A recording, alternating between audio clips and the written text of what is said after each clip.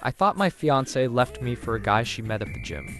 I spent weeks imagining him, what he looked like, whether he was bigger than me, funnier than me, more successful than me. I wondered what he had that I didn't. For a while, I even wondered if I already knew him. There was one person in particular I couldn't completely get out of my head, because there was one thing my fiancé hadn't told me. And when I finally found out who she'd actually left me for, losing my relationship became the least complicated part of what happened. But I need to start from the beginning. My fiancée Emma and I had been together for just over 3 years. We met when I was 22 and she was 20. Nothing particularly romantic. A mutual friend had a birthday party, we ended up sitting next to each other, and somehow spent most of the night talking. Jack was actually at that party too. He'd been my best friend since we were teenagers, and for years he'd been one of those people who was just automatically included in my life. Birthdays, vacations, family barbecues. My parents knew him almost as well as they knew me. After Emma and I started dating, things moved pretty quickly. Within a few months, we were basically inseparable. Emma got along incredibly well with my family too, which mattered to me because we're close. My mom absolutely loved her. My dad treated her like another daughter. Even my younger sister Sophie got along with her. And Sophie doesn't like anyone. At least that's what we always joked about. Emma also became friends with Jack. Not close friends or anything, but close enough that the four of us, me, Emma, Jack, and whoever Jack happened to be dating at the time, would occasionally go out for dinner or drinks. By our second year together, Emma and I had moved into an apartment. We had the conversations you're supposed to have before marriage. Kids, money, where we wanted to live, careers. She wanted 2 kids. I wanted 3. We eventually agreed we'd start with 1 and see how badly that went. Everything felt normal. More than normal, actually, it felt settled. So in October 2025, I proposed. I'd been planning it for months. My mom knew. My dad knew. Jack knew. A couple of my other friends knew. Sophie knew because I made the mistake of asking her opinion about the ring. She told me the first one I picked looked like something you'd win from an arcade machine. So I ended up spending significantly more money. Thanks, Sophie. Jack helped me with the proposal itself. He kept Emma busy for part of the afternoon while I got everything ready, and was the person I called about 10 seconds after she said yes. Emma cried. I cried. My mom cried when we told her. My dad immediately started making jokes about how he was going to have to sell his house to afford the wedding. Jack hugged me and told me, "You actually did it, man." For the next few months, everything seemed perfect. We hadn't picked an exact wedding date yet, but we were thinking summer 2027. And then, around January, Emma started going to the gym more. That wasn't unusual. She'd always gone on and off, especially after Christmas. At first, she'd go maybe 3 times a week. Then it became 4. Then 5. I actually thought it was good for her, because she'd been stressed with work. She seemed happier after going. Then Emma started mentioning someone she'd met there. Not constantly, just little things. Someone had showed her a different exercise.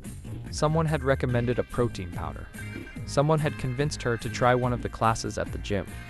I never thought anything of it. Why would I? I trusted her. Around the same time, she started becoming slightly more distant. And when I say slightly, I mean the kind of things you only recognize after a relationship ends. She'd take her phone with her when she went to shower. She'd smile at messages and then put her phone down when I walked into the room. Sometimes I'd ask what she was laughing at, and she'd just say, "Nothing." But there was never anything big enough for me to confront her about. One Saturday, Jack came over to watch a game. Emma had been at the gym that morning. Jack goes to the same gym. When Jack arrived, the two of them started talking about something that had happened there. I wasn't really listening. Then Jack said something like, "Yeah, I saw you there the other day too." Emma looked at him for a second before saying, "Oh yeah, I forgot about that." Completely normal conversation. I forgot about it almost immediately. Then one night, I woke up at around 2 a.m. Emma wasn't in bed. I found her sitting in our living room with her phone. When I walked in, she immediately locked the screen. I remember laughing and saying, "What are you doing? Having an affair?" It was a joke. She didn't laugh. She just said she couldn't sleep. That was probably the first moment I genuinely felt something was wrong. A few days later, she asked if we could talk. Everyone knows what that sentence means. We sat at our kitchen table. She looked terrified. I asked her what was wrong. She said, "I've met someone." I didn't say anything for a few seconds. Then I asked, "At the gym?" She nodded. I felt sick. I asked how long it had been going on. She immediately said, "Nothing has happened." Apparently they'd started talking at the gym a few weeks earlier. Then they exchanged numbers. Then they started texting. Eventually this person admitted having feelings for her, and Emma realized she felt the same way. I asked the obvious question. "Did he ask you out?" She said yes. I asked if she'd gone. She said no. Then I asked something I really wish I hadn't. "Do you want to?" She started crying. And that was my answer. I stood up and walked out of the apartment. I drove to my parents' house because I genuinely didn't know where else to go. My dad opened the door. It was almost midnight. He looked at me and immediately knew something was wrong. My mom came downstairs. Sophie wasn't there. She'd recently moved into her own place and was apparently out with friends that night. I told my parents everything. My mom kept saying, "But you're engaged," as if reminding me would somehow fix it. My dad was quieter. He just asked me what I wanted to do. I didn't know. Jack called me the next morning. I hadn't even told him yet. Apparently Emma had messaged him saying we'd had a huge argument and asking if he'd heard from me. That bothered me. I asked, "Why is Emma messaging you?" There was a pause. Then Jack said, "I don't know, man. She just asked if you were okay." I didn't say anything. He must have heard something in my voice because he immediately asked what was going on. So I told him. Not everything. Just that Emma had met someone at the gym and wanted to end the relationship. Jack went quiet. Then he said, "Jesus, I'm sorry." There was nothing strange about his reaction, but I couldn't stop thinking about the fact that Emma had messaged him before I'd even spoken to him. The next morning I went home. Emma hadn't slept. Neither had I. We talked for almost 4 hours. I told her I could forgive her. I said if nothing physical had happened, we could go to counseling. We could postpone the wedding. We could fix whatever was wrong. She just kept crying. Eventually she said something I'll never forget. "I don't think I can marry you knowing I can feel this way about somebody else." That destroyed me. Not because she cheated. At that point, as far as I knew, she hadn't. But because I'd already chosen her, and suddenly she wasn't choosing me. She gave me the ring back. 3 years ended at our kitchen table. The next few weeks were horrible. I barely ate. I couldn't sleep. I'd wake up at 4 a.m. with my heart racing. My job is pretty demanding, and I started making stupid mistakes because I couldn't concentrate. And then I became obsessed with the person from the gym. I hated someone I'd never met. Every time I saw a guy who looked around our age at the supermarket, I'd wonder if it was him. At the gym, I'd look around and think, is it that guy? It sounds insane now, but heartbreak makes you insane. And eventually, my mind went to Jack. I hated myself for it. He was my best friend. But he went to the same gym. Emma knew him. She'd messaged him the night we broke up. And then I remembered that weird conversation between them at our apartment. "I saw you there the other day too." Suddenly something completely innocent didn't feel innocent anymore. I started replaying every interaction they'd ever had. Had they ever gone to the gym at the same time? Had Jack ever mentioned Emma when I wasn't around? Had she? I never confronted him. Partly because I knew how paranoid I sounded, and partly because I was terrified he might actually say yes.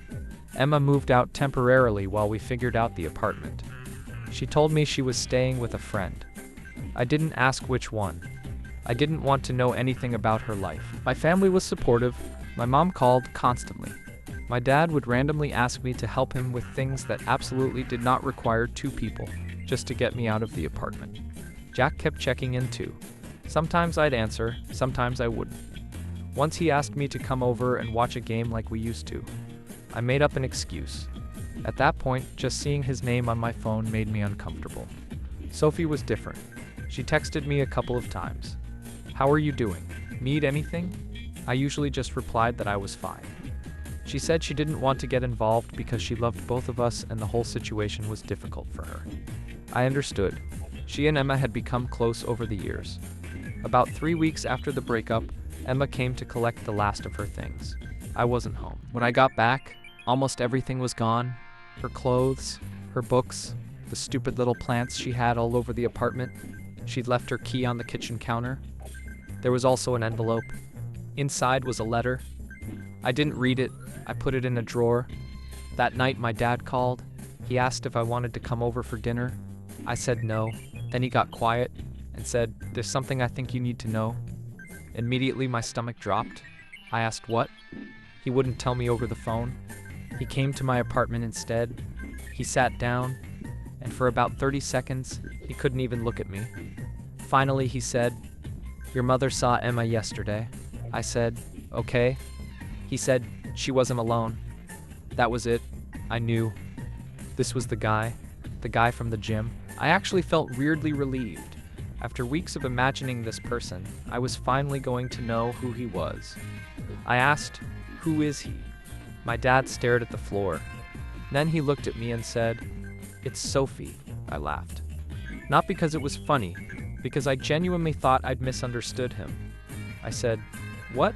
He repeated it. "Your mother saw Emma with Sophie." I still didn't understand.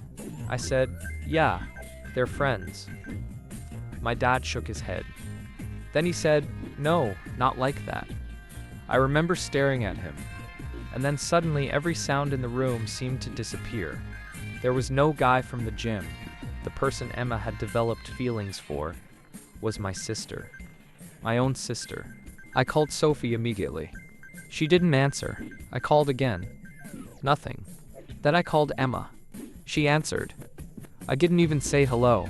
I just asked, "Is it Sophie?" Silence. That's when I knew. I asked again, "Is the person from the gym my sister?" Emma started crying. I hung up. Sophie called me about 10 minutes later. I answered and said, "Tell me Dad is wrong." She couldn't. I completely lost it. I asked how she could do this to me. She kept saying they never planned for it to happen. Apparently Sophie had started going to the same gym as Emma months earlier. They'd sometimes train together. Then they started getting coffee afterward. Then texting. Then talking about personal things. According to Sophie, she had been confused about her sexuality for years and had never told anyone.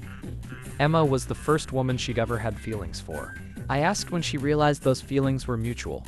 She said she didn't know exactly. I asked when they first kissed. Another silence. That was the second lie I'd been living with.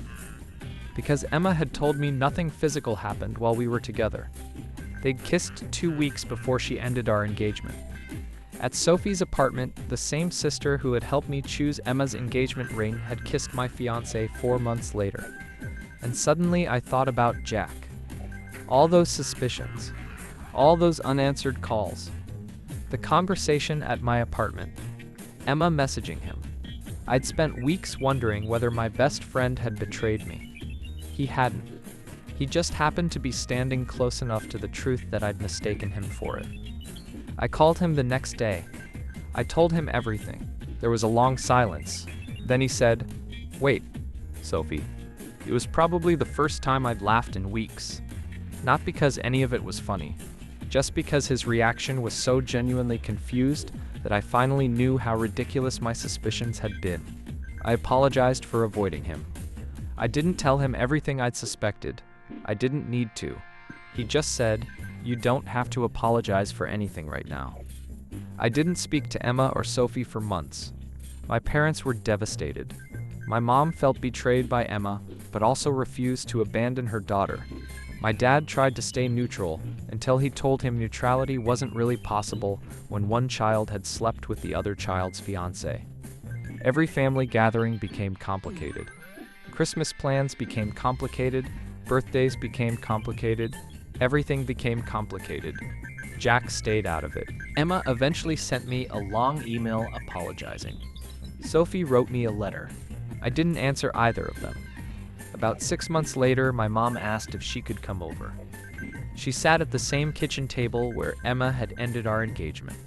and she told me Emma and Sophie were officially together. That hurt more than I expected.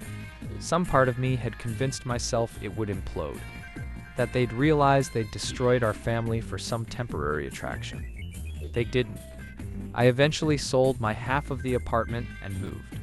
I changed gyms, I threw the engagement ring receipt away, and slowly, very slowly, my life stopped revolving around what they'd done. Almost a year later, Sophie contacted me again. She told me she and Emma were getting married. She said she understood if I didn't come. I stared at that message for probably 20 minutes. Then I deleted it. I didn't go to the wedding. My parents did. Jack didn't. For a long time, I was angry at my parents for going too. But eventually, I realized I couldn't ask my parents to lose their daughter just because I'd lost my sister. I still don't have a relationship with Sophie. Maybe someday I will. Maybe I won't. And Emma? I haven't spoken to her since the night I asked if it was Sophie. Jack is still my best friend. He still goes to that same gym too. I don't. For months after the breakup, I tortured myself wondering what the person from the gym had that I didn't. For a while, I even suspected the one person who had actually been trying to help me through it. I wondered if they were better looking, more confident, more interesting.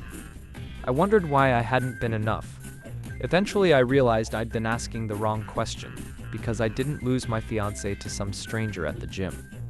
I didn't lose her to my best friend. I lost her to someone who sat with my family, someone who knew I was planning to marry her, someone who helped me choose the ring. I thought the worst thing that could happen was losing the woman I was supposed to marry. I was wrong, because she didn't just leave me. She became my sister-in-law.